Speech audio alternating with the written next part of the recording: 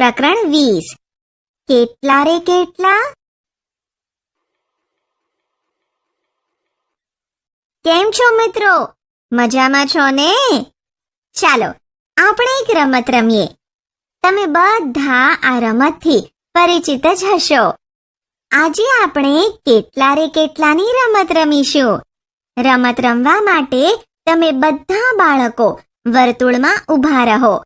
તમારામાંથી જ એક બાળક વર્તુળમાં વચ્ચે ઊભું રહેશે.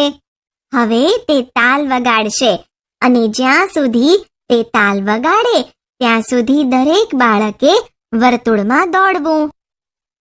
જે બાળક તાલ વગાડી રહ્યું છે તે અચાનક સંગીત વગાડવાનું બંધ કરી દેશે અને સંગીત બંધ કરતાની સાથે એ મોટેથી કોઈ એક સંખ્યા બોલશે. જેમ કે 2 બોલે તો 2 ની જોડી કરીને ઊભા રહેવું. 4 બોલે તો 4ના જૂથમાં ઊભું રહેવું. એમ જેટલી સંખ્યા બોલે તેટલા બાળકોએ જૂથમાં ઊભા રહેવું. જે બાળકો કોઈ પણ જૂથમાં જોડાઈ ન શક્યા હોય તેઓ રમતમાંથી બહાર ગણાશે. રમતમાં 2 બાળકો રહે ત્યાં સુધી આ રમત રમી શકાય. હા, રમત રમવાની મજા આવી ને? વિચારો અને કહો. આવો આપણે રમત વિશે વાત કરીએ. તમને જ્યારે જરૂરી સંખ્યાના જૂથમાં જોડાવાનું કહ્યું ત્યારે તમે શું કર્યું? તમે જે તે જૂથમાં જોડાવવાનો પ્રયત્ન કર્યો. તમે કોઈ જૂથમાં જોડાઈ શક્યા નહીં તો કેવો અનુભવ થયો? એકલા પડી ગયા હોય તેવો અનુભવ થયો. તમે કોઈ એક જૂથમાં કેમ ન જોડાઈ શક્યા? તમે જોડાવ એ પહેલા તે જૂથ બની ગયું હોવાથી તમે જૂથમાં જોડાઈ ન શક્યા. શાળામાં તમને કોની સાથે વધારે ગમે? શા માટે? તમારા મિત્રો સાથે. તે તમારી સાથે જ હોય છે માટે. તમારે કાયમ એકલા રહેવાનું હોય તો કેવું લાગે? ન ગમે. સાવ એકલવાયું લાગે. ખરું ને? આ રમતમાં તમે જોયું હશે કે જૂથમાં રહેવાની મજા આવે. જૂથમાં હોઈએ તો જ રમતમાં રહી શકીએ. જેવા એકલા પડીએ ને કોઈ જૂથ ન જોડાઈ શકીએ તો તરત જ રમતની બહાર થઈ જઈએ. આમ આપણે આપણા જીવનમાં પણ એકલા રહેવાના બદલે લોકો સાથે રહેવાનું પસંદ કરીએ છીએ. આપણે હંમેશા જૂથમાં રહીએ છીએ. જેમ કે તમે શાળામાં શાળાના મિત્રો સાથે રહો છો અને ઘરમાં તમારા પરિવારના સભ્યો સાથે રહો છો. ખરું ને? જેમ તમે તમારા પરિવારની સાથે રહો છો તેમ જુઓ, આ દેવેન્દ્ર અને મંજુલાનો પરિવાર છે. આ ફોટામાં દેવેન્દ્ર અને મંજુલાની સાથે તેમની પુત્રી દિવ્યા અને પુત્ર માનવ પણ છે. આ તેમનો પરિવાર છે. વિચારો, આ બધા લોકો એકબીજા સાથે કેવી રીતે જોડાયેલા હશે? આ બધાને એકબીજા સાથે પારિવારિક સંબંધ છે. આ પારિવારિક સંબંધના લીધે તેઓ એકબીજા સાથે જોડાયેલા છે. તમે ચિત્રમાં જોયું તે એક જ પરિવારનો ફોટો છે. આપણે અવારનવાર આવા કુટુંબના ચિત્રો અને ફોટાઓ જોઈએ છીએ. તો મિત્રો, આવા ફોટા આપણે ક્યાં જોઈએ છીએ? આપણા સગા સંબંધીઓ અને મિત્રોના ઘરે. હે ને? શું બધાના કુટુંબમાં આટલા જ સભ્યો હોય છે? ના, દરેકના કુટુંબમાં સભ્યોની સંખ્યા જુદી જુદી હોય છે. અને શું બધાના પરિવાર એક સરખા જ હોય છે? તો ના, બધાનો પરિવાર એક સરખો હોતો નથી. મિત્રો, કુટુંબના 2 પ્રકાર છે. એક સંયુક્ત કુટુંબ અને 2 વિભક્ત કુટુંબ. સંયુક્ત કુટુંબમાં દાદા દાદી, મમ્મી પપ્પા અને કુટુંબના બીજા અન્ય સભ્યોનો પણ સમાવેશ થાય છે. જ્યારે વિભક્ત કુટુંબમાં માતા પિતા અને તેમના બાળકોનો સમાવેશ થાય છે. સંયુક્ત કુટુંબમાં સભ્યોની સંખ્યા વધુ હોય છે, જ્યારે વિભક્ત કુટુંબમાં ઓછા સભ્યો હોય છે. તમે દેવેન્દ્ર અને મંજુલાના પરિવારનો ફોટો જોયો? તે વિભક્ત કુટુંબ છે. વર્તમાન સમયમાં અનેક કારણોસર વિભક્ત કુટુંબોની સંખ્યા વધી રહી છે. ચાલો હું તમને કેટલાક પરિવારની વાત કહું. સૌથી પહેલા હું તમને સીતાના પરિવારની વાત કહીશ. સીતા સુરત શહેરમાં રહે છે. તેઓ તેમના વડીલોના મકાનમાં રહે છે. તેના દાદા, દાદી, નાના કાકા અને ફોઈ નીચેના ભાગમાં રહે છે. પહેલા માળના એક ભાગમાં સીતાબેન તેના માતા પિતા અને નાની બેન ગીતા સાથે રહે છે. બીજા ભાગમાં તેના કાકા તેમના 3 બાળકો સાથે રહે છે. સીતાના કાકી થોડા મહિનાઓ પહેલા જ મૃત્યુ પામ્યા હતા. તેના મોટા કાકા અને કાકી અગાસી પરની એક રૂમમાં રહે છે. તેઓના નવા લગ્ન થયા છે.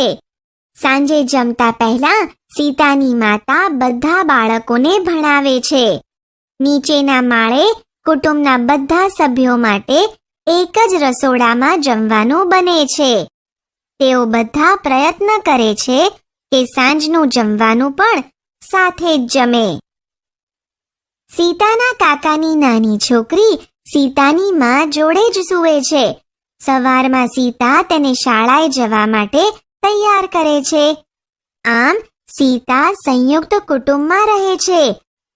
તેના કુટુંબના સભ્યો એક જ મકાનમાં રહે છે અને તેઓનું જમવાનું પણ સાથે જ બને છે. સાંજે પરિવારના બધા સભ્યો સાથે જ જમે છે. વિચારો અને કહો. તમે સીતાના પરિવાર વિશે જાણ્યું. હવે વિચારીને કહો. સીતાના પરિવારમાં કોણ કોણ છે? સીતાના પરિવારમાં દાદા, દાદી, ફોઈ, સીતાના માતા પિતા અને નાની બેન, નાના કાકા અને તેમના 3 બાળકો, મોટા કાકા અને કાકી છે. અલગ અલગ સભ્યોના પરિવારમાં કેવા સંબંધો છે? સીતાના પરિવારમાં તેના દાદા દાદી છે. દાદા દાદીને 4 સંતાનો છે. તેમાં સીતાના પિતા, તેના મોટા કાકા, નાના કાકા અને ફોઈબા છે. મોટા કાકા એ સીતાના પિતાના મોટા ભાઈ અને નાના કાકા એ સીતાના પિતાના નાના ભાઈ છે. સીતાના પિતાની બહેન એ તેના ફોઈબા છે. ગીતા એ સીતાની નાની બહેન છે અને તેના કાકાના બાળકો સીતાના પિતરાઈ ભાઈ બહેન છે અને તેના પિતાના મોટા ભાઈ એટલે કે મોટા કાકાની પત્ની તેના મોટા કાકી છે. છેલ્લા વર્ષમાં સીતાના પરિવારમાં શું બદલાવ આવ્યો છે? છેલ્લા વર્ષમાં સીતાના કાકીનું મૃત્યુ થયું અને મોટા કાકાના લગ્ન થયા. હવે હું તમને તારાના પરિવારની વાત કરીશ. તારા તમારા જેવડી નાની છોકરી છે. તે તેની માતા અને દાદા સાથે રાજકોટમાં રહે છે. તેની માતા મીનાક્ષીએ લગ્ન કર્યા નથી. તેમણે તારાને દત્તક લીધી છે. તમને થતું હશે કે દત્તક લેવું એટલે શું? જે દંપતી અથવા વ્યક્તિને સંતાન ન હોય અને તેમને સંતાન જોઈતું હોય તો તેઓ તેમના સગા સંબંધી કે પછી અનાથ આશ્રમમાંથી કોઈ બાળકને કાયદેસર રીતે સ્વીકારે તેને દત્તક લેવું કહેવાય. આમ મીનાક્ષી બહેને લગ્ન કર્યા નથી અને તેમને સંતાન જોઈતું હતું, તેથી તેમણે તારાને દત્તક લીધી.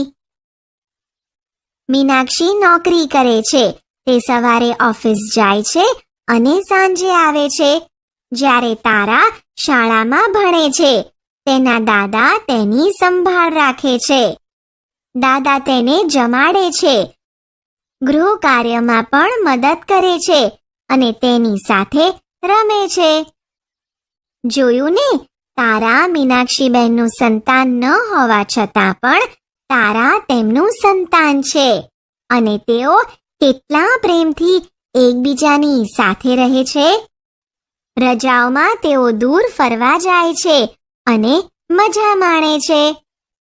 ક્યારેક તારાની માસી, માસા અને તેમના બાળકો પણ તેમના ઘરે આવે છે. આ સમયે એકબીજા સાથે તેઓ લાંબો સમય પસાર કરે છે અને વાતો પણ કરે છે. વિચારો અને કહો, તારાની દેખભાળ કોણ કરે છે? કેવી રીતે? તારાની દેખભાળ તેના દાદા રાખે છે. તેના દાદા તેને જમાડે છે, ગૃહ કાર્યમાં મદદ કરે છે અને તેની સાથે રમે છે. કુટુંબના સભ્યો ભેગા મળીને કઈ કઈ વાતો કરે છે? કુટુંબના સભ્યો ભેગા મળીને પારિવારિક વાતો કરે છે. હવે હું તમને રેહાના અને હબીબના પરિવારની વાત કરીશ. રેહાના અને હબીબ શહેરમાં રહે છે. બંને નોકરી કરે છે. હબીબ સરકારી ઓફિસમાં ક્લાર્ક છે અને રેહાના શાળામાં ભણાવે છે. હબીબના પિતાજી નિવૃત્તિ પછી તેમની સાથે રહે છે. આજે તેઓ ત્રણેય સાથે બેસીને ટેલિવિઝન જુએ છે. તેમને ચર્ચા જોવી પણ ગમે છે. રજાઓમાં પડોશમાંથી બાળકો તેમના ઘરે આવે અને ખૂબ જ મજા કરે છે.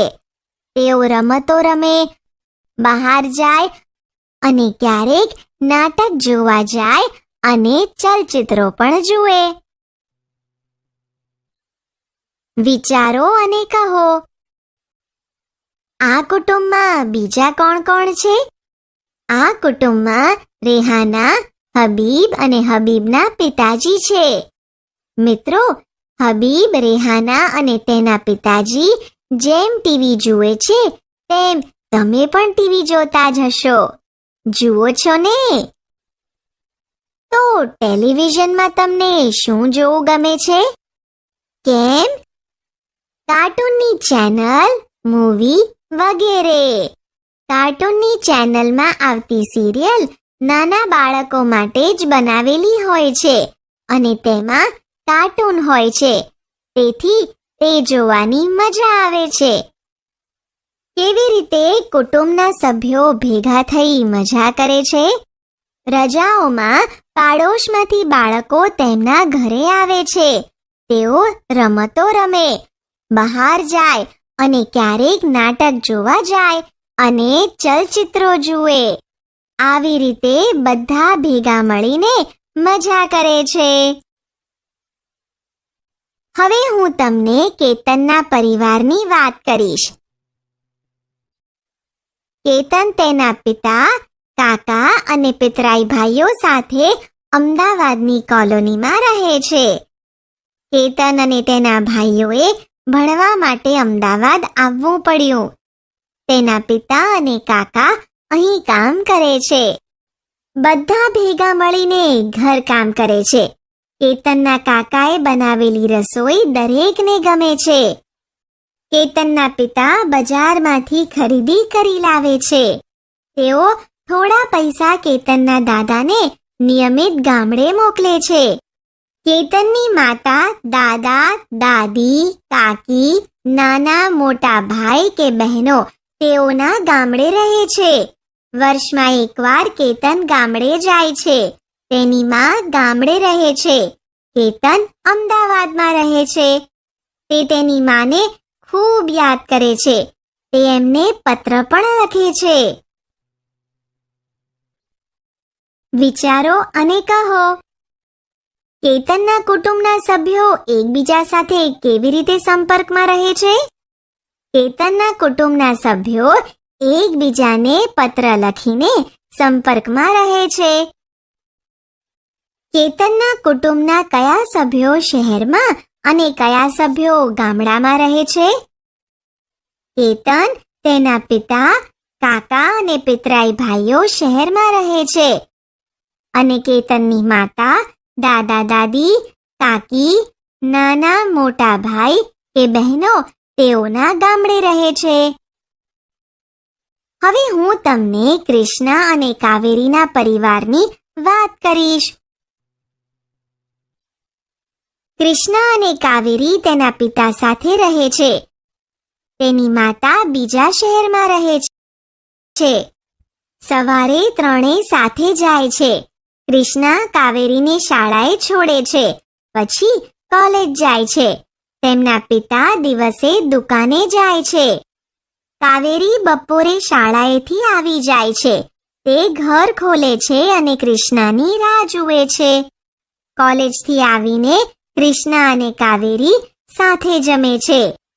કાવેરી તેનું શાળાનું ગૃહ કાર્ય પતાવી રમવા જાય છે. પાછી આવી તે તેના ભાઈ સાથે કેરમ રમે અથવા ટેલિવિઝન જુએ છે. જ્યારે તેના પિતા ઘરે આવે છે ત્યારે તેઓ જમવાનું બનાવે અને સૌ સાથે જમે છે. રજાઓમાં કાવેરી તેની માતા સાથે રહેવા જાય છે. કૃષ્ણા પણ થોડા દિવસ રોકાય છે. માતા પિતા અને તેની બધી વસ્તુઓ હોવાથી તેને ત્યાં રહેવું ગમે છે. વિચારો અને કહો. કૃષ્ણા તેની બહેનનું કેવી રીતે ધ્યાન રાખે છે? કૃષ્ણા તેની બહેન કાવેરીને શાળાએ મૂકવા જાય છે. બપોરે બંને બહેનો સાથે જમે છે. એકબીજાનું ધ્યાન રાખે છે. કૃષ્ણાના કુટુંબમાં કઈ પ્રવૃત્તિમાં બધા જોડાય છે?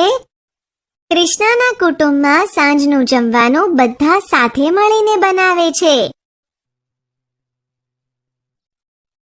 મિત્રો, આપણે અહીં કેટલાક કુટુંબો વિશે જોયું અને પ્રશ્નોની ચર્ચા પણ કરી. કુટુંબ શું છે? પરિવારના બધા સભ્યો સાથે રહે તેને આપણે કુટુંબ કહીએ છીએ, જેમાં તેઓ હળીમળીને એકબીજા સાથે રહે છે. સુખ, દુઃખ કે અન્ય કોઈ પણ મુશ્કેલીમાં તેઓ હંમેશા એકબીજાની સાથે રહે છે. તમારા કુટુંબમાં થતું હોય એવા વાક્ય સામે ખરાની નિશાની કરો. ઘરના બધા સભ્યો કામ કરે છે. કુટુંબના સભ્યો એકબીજાને ખૂબ જ ચાહે છે. ઘરના વડીલો જ કામ કરી નાણાં મેળવે છે. કુટુંબના સભ્યો મોટે ભાગે એક જ ઘરમાં સાથે રહે છે. કુટુંબના સભ્યો મોટે ભાગે એકબીજાને મળવા આવતા હોય છે. કુટુંબના સભ્યો તેમની વચ્ચે લડાઈ થાય તો પણ સાથે જ રહે છે. કુટુંબમાં ખાસ કરીને બાળકો અને વૃદ્ધોનું ધ્યાન રાખવામાં આવે છે.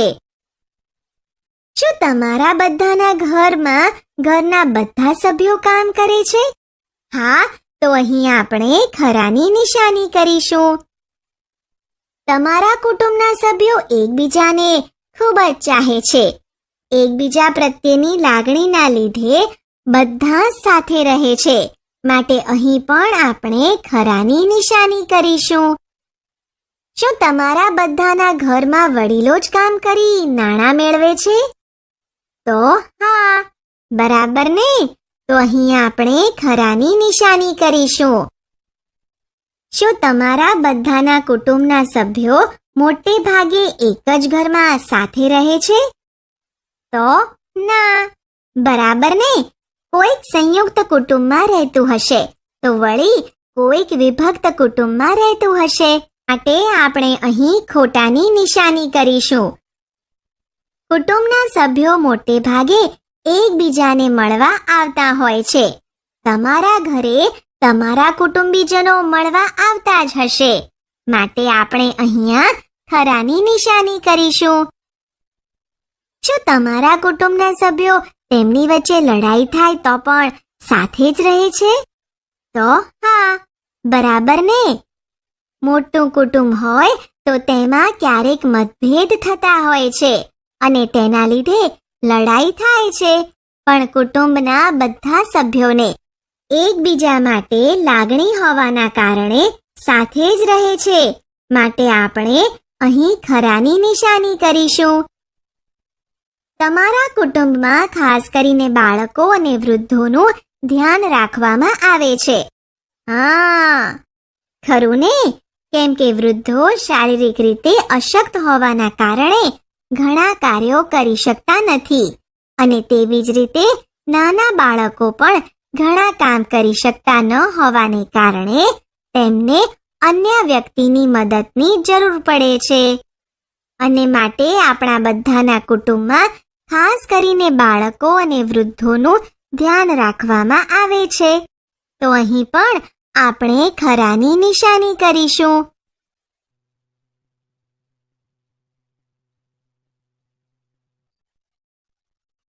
તમારા કુટુંબ વિશે બીજી વિગત વિચારો અને નીચે આપેલી જગ્યામાં લખો. તમારા બધાના કુટુંબમાં મુશ્કેલીમાં બધા એકબીજાની સાથે રહેતા હોય છે. ઘરના બધા જ સભ્યો સાથે મળીને તહેવારો ઉજવતા હોય છે. રજાઓમાં બધા સાથે ફરવા જાય છે. ગૃહ કાર્ય કરવામાં માતા પિતા મદદ કરે છે. સીતાનું કુટુંબ વૃક્ષ. શું તમે ક્યાંય કોઈ સગા સંબંધી કે મિત્રોના ત્યાં કુટુંબ વૃક્ષ જોયું છે? તે કેવું હોય તે ખબર છે? ના, ખરું ને? જુઓ, અહીં સીતાનું કુટુંબ વૃક્ષ દોરેલું છે. સીતાનું કુટુંબ વૃક્ષ: દાદા, દાદી, મોટા કાકા, સીતાના પિતા, નાના કાકા, ફોઈ, સીતા, ગીતા, સોનું, દેવ, નિશાંત. જોયું ને સીતાનું કુટુંબ વૃક્ષ? તેમાં તેના દાદા દાદી, તેમના 4 સંતાનો, જેમાં સીતાના મોટા કાકા, તેના પિતા, નાના કાકા અને ફોઈ છે. સીતાના પિતાને 2 સંતાનો, સીતા અને ગીતા છે, અને તેના નાના કાકાને 3 સંતાનો, સોનું, દેવ અને નિશાંત છે. તેના ફોઈના લગ્ન થયા નથી, અને મોટા કાકાના હમણાં થોડા સમય પહેલા લગ્ન થયા છે. સીતાનું કુટુંબ વૃક્ષ તમને તમારું કુટુંબ વૃક્ષ બનાવવામાં ઉપયોગી થશે. હવે તમે તમારી નોટબુકમાં તમારું કુટુંબ વૃક્ષ બનાવો. આપણે શું ભણ્યા? સંયુક્ત અને વિભક્ત કુટુંબ વિશે સમજ. વિવિધ પ્રકારના કુટુંબોની જાણકારી. કુટુંબ વૃક્ષની મદદથી કુટુંબના સભ્યો વિશે જાણકારી.